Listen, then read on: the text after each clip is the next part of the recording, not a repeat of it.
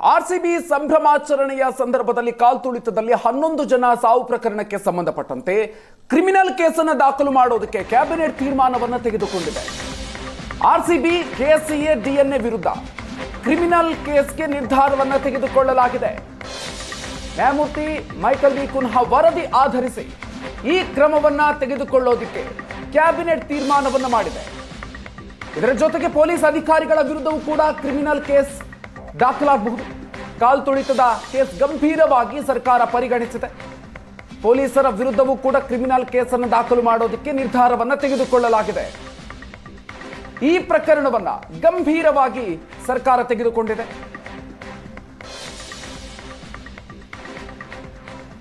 ಹನ್ನೊಂದು ಜನ ಕಾಲ್ತುಳಿತದ ಘಟನೆಯಲ್ಲಿ ಪ್ರಾಣವನ್ನ ಕಳ್ಕೊಂಡಿದ್ರು.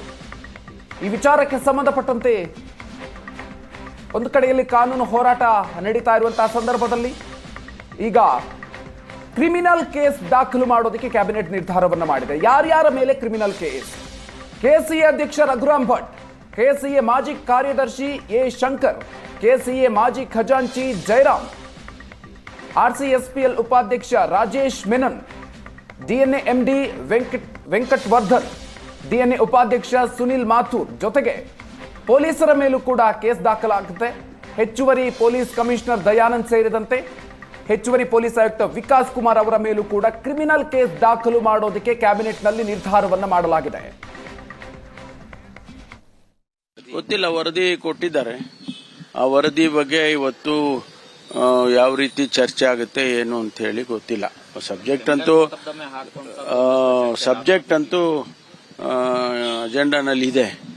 ಏನ್ ತೀರ್ಮಾನ ಕ್ಯಾಬಿನೆಟ್ ತಗೊಳುತ್ತೆ ಗೊತ್ತಿಲ್ಲ. ಅದೆಲ್ಲ ಇದೆ, ಅದರಲ್ಲಿ ಅವರ ರೆಕಮೆಂಡೇಶನ್ಸ್ಗಳು ಇದಾವೆ. ಆ ರೆಕಮೆಂಡೇಶನ್ಸ್ ಮೇಲೆ ಚರ್ಚೆ ಆಗಿ ಅಂತಿಮವಾಗಿ ಕ್ಯಾಬಿನೆಟ್ ತೀರ್ಮಾನ ತಗೊಳುತ್ತೆ. ಅದು ರಿಪೋರ್ಟ್ನಲ್ಲಿ ಅದು ಬಂದಿದ್ರೆ ಅದ್ರ ಬಗ್ಗೆನೂ ಚರ್ಚೆ ಆಗುತ್ತೆ. ರಿಪೋರ್ಟ್ನಲ್ಲಿ ಹೆಚ್ಚಿನ ಡೀಟೇಲ್ಸ್ ಕೊಡ್ತಾರೆ ನಮ್ಮ ಪ್ರತಿನಿಧಿ ಆನಂದ್ ಬೈದನ್ ಮನೆ. ಇದೀಗ ನಮ್ಮ ಜೊತೆಗೆ ನೇರ ಸಂಪರ್ಕದಲ್ಲಿ ಜಾಯ್ನ್ ಆಗ್ತಾ ಇದ್ದಾರೆ. ಆನಂದ್ ಬೈದನ್ ಮನೆ, ಇದೀಗ ಕಾಲ್ತುಳಿತ ಪ್ರಕರಣಕ್ಕೆ ಸಂಬಂಧಪಟ್ಟಂತೆ ಕ್ರಿಮಿನಲ್ ಕೇಸ್ ದಾಖಲು ಮಾಡೋದಕ್ಕೆ ಕ್ಯಾಬಿನೆಟ್ ನಿರ್ಧಾರವನ್ನು ಮಾಡಿದೆ. ಸೊ ಇವತ್ತು ಏನೆಲ್ಲ ಚರ್ಚೆ ಆಯಿತು, ಯಾವೆಲ್ಲ ನಿರ್ಧಾರಗಳನ್ನು ತೆಗೆದುಕೊಳ್ಳಲಾಗಿದೆ ಈ ವಿಚಾರವಾಗಿ? ಮಧುಕರ್, ನಿರೀಕ್ಷೆಯಂತೆ ಬೆಂಗಳೂರಿನಲ್ಲಿ ನಡೆದಿರತಕ್ಕಂಥ ಕಾಲ್ತುಳಿತ ಪ್ರಕರಣ ಸಂಬಂಧಪಟ್ಟಾಗೆ ಸಚಿವ ಸಂಪುಟದಲ್ಲಿ ಚರ್ಚೆ ಆಯಿತು. ಮುಖ್ಯವಾಗಿ ನ್ಯಾಯಮೂರ್ತಿ ಮೈಕಲ್ ಡಿ ಕುನ್ಹಾ ಕೊಟ್ಟಿರತಕ್ಕಂಥ ವರದಿಯಲ್ಲಿರುವಂಥ ಶಿಫಾರಸುಗಳನ್ನು ಜಾರಿ ಮಾಡಲು ಸಂಬಂಧಪಟ್ಟಾಗೆ ಮುಖ್ಯಮಂತ್ರಿಗಳ ನೇತೃತ್ವದಲ್ಲಿ ಸುದೀರ್ಘವಾಗಿರ್ತಕ್ಕಂಥ ಚರ್ಚೆಗಳು ಕೂಡ ಆಯಿತು. ಅಂತಿಮವಾಗಿ ಬಹುತೇಕ ಸಚಿವರುಗಳು ಈ ವರದಿಯಲ್ಲಿರ್ತಕ್ಕಂಥ ಶಿಫಾರಸುಗಳನ್ನು ಜಾರಿ ಮಾಡಬೇಕು ಅಂತಕ್ಕಂಥ ಒತ್ತಾಯ ಮಾಡಿದಂಥ ಹಿನ್ನೆಲೆಯಲ್ಲಿ ಅಂತಿಮವಾಗಿ ಈ ವರದಿಯಲ್ಲಿರ್ತಕ್ಕಂಥ ಪ್ರಮುಖ ಶಿಫಾರಸೆ ಕ್ರಿಮಿನಲ್ ಪ್ರೊಸೀಜರ್ಗಳನ್ನು ಮಾಡೋ ಸಂಬಂಧಪಟ್ಟಾಗೆ ಸಂಪುಟದ ನಿರ್ಣಯವನ್ನು ತೆಗೆದುಕೊಳ್ಳಲಾಗಿದೆ. ಇಡೀ ಕಾಲ್ತುಳಿತಕ್ಕೆ ಯಾರ್ಯಾರು ಕಾರಣ ಅಂತಕ್ಕಂಥದ್ದು, ಹೇಗೆ ಕಾರಣೀಕರ್ತರಾಗಿದ್ದಾರೆ ಅನ್ನೋ ಬಗ್ಗೆ ಸಂಪೂರ್ಣವಾದ ಮಾಹಿತಿಗಳು ಈ ಒಂದು ಮೈಕಲ್ ಡಿ ಕುನ್ಹಾ ಕೊಟ್ಟಿರತಕ್ಕಂಥ ವರದಿಯಲ್ಲಿ ಪ್ರಸ್ತಾಪ ಆಗಿತ್ತು.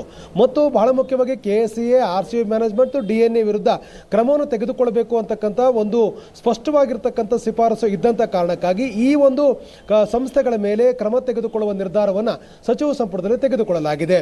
ಯಾಕೆಂತಂದ್ರೆ ಈ ಒಂದು ಕಂಪನಿಗಳ ಕೆಲವೊಂದಷ್ಟು ಲೋಪದ ಕಾರಣಕ್ಕಾಗಿಯೇ ಕಾಲ್ತುಳಿತ ಆಗಿದೆ ಅಂತಕ್ಕಂಥದ್ದು ವರದಿಯಲ್ಲಿ ಬಹಳ ಪ್ರಮುಖ ಪ್ರಸ್ತಾಪ ಆಗಿದೆ.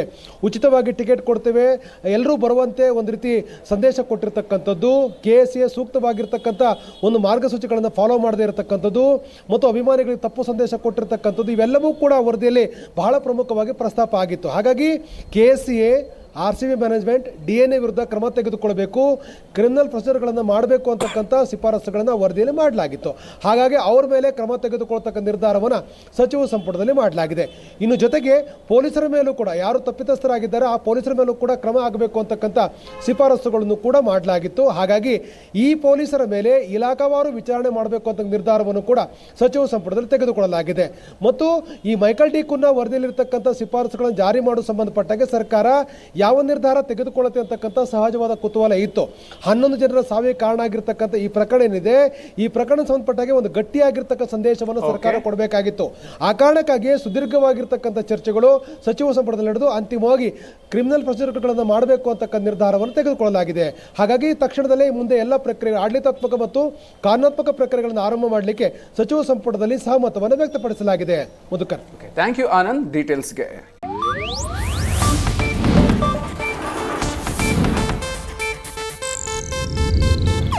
ಇದು ಏಷ್ಯಾನೆಟ್ ನ್ಯೂಸ್ ನೆಟ್ವರ್ಕ್ ಪ್ರಸ್ತುತಿ.